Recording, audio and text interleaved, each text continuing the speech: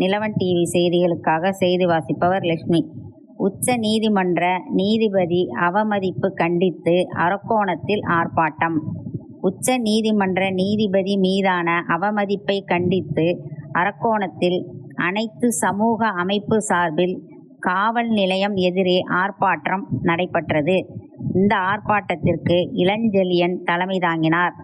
தலித் மக்கள் முன்னணி தலைவர் மோகன் முன்னிலை வகித்தார்.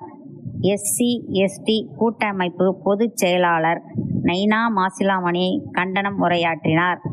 பேராசிரியர் செந்தில்குமார், யஸ்வந்த் ராவ், காளிதாசன், சிவகுமார், அப்பல்ராஜ், லோகேஷ், சவுந்தர், வீரகுமார் உட்பட பலர் திரளாக கலந்து கொண்டனர். இறுதியில் மோகன் அனைவருக்கும் நன்றி கூறினார். நிலவன் டிவி செய்திகளுக்காக செய்தியாளர் ரவி. மாண்புமிகு B.R. கவாய் அவர்களை